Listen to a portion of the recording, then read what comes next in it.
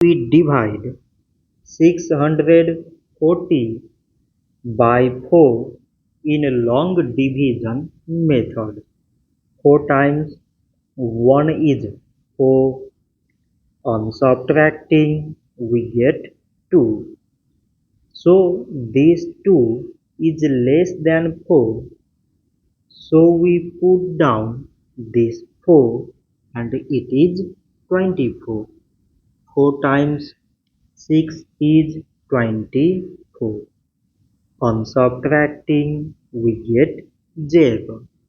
So now we have remaining this 0 which we can take here.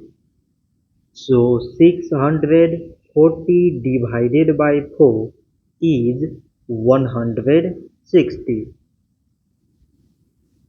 So this much for today and thanks for watching.